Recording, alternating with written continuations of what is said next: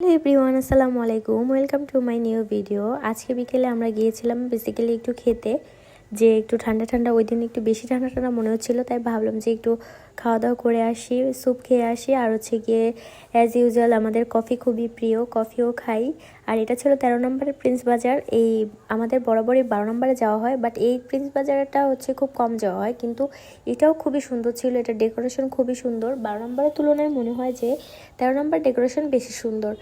দেন হচ্ছে আমরা খাওয়া দাওয়া করি, খাওয়া দাওয়া করে ওই দিন বাসায় চলে আসি। এর পরের দিন আবার আমার বাসার জন্য কিছু কেনাকাটা করতে হবে, তাই পরের দিন নিউ মার্কেটে চলে যাই। এদিকে তুলনায় আর কি নিউ মার্কেটে ঘর, তারপরে হচ্ছে গিয়ে মানে সব কিছু মিলিয়ে ডেকোরেশন করার জন্য খুব সুন্দর সুন্দর জিনিস পাওয়া যায়, তাই চলে গিয়েছিলাম। এটা হচ্ছে নিউ মার্কেটও না, এটা এলিফ্যান্ট রোডের ওইদিকে।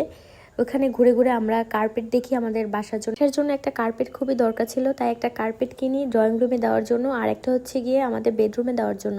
এরপরে ডিনার সেট দেখি, যেহেতু আমাদের আর কি আমরা এই বাসাটা নতুন উঠেছি, আমাদের ওরকমভাবে কোনো কিছু সাজানো গোছানো নাই, তাই আর কি ঘুরে ঘুরে দেখছিলাম যে কী কী কেনাকাটা করা যায়, কী কী কিনবো। দেখো, এটা আমার ভ্যানিটির জন্য কিনে এনেছি, এটাও খুব সুন্দর লাগছিল, তাই ভাবলাম একটা নিয়ে নেই। সবাইকে দেখে এগুলো কিনে, তাই আমিও একটা কিনে ফেলেছি। আর এই কার্পেটটা হচ্ছে আমার ড্রয়িং রুমের জন্য কিনি, আর এটা হচ্ছে আমার বেডরুমের জন্য কিনি। দুইটা কার্পেটই মারাত্মক সুন্দর ছিল, আমাদের খুবই পছন্দ হয়।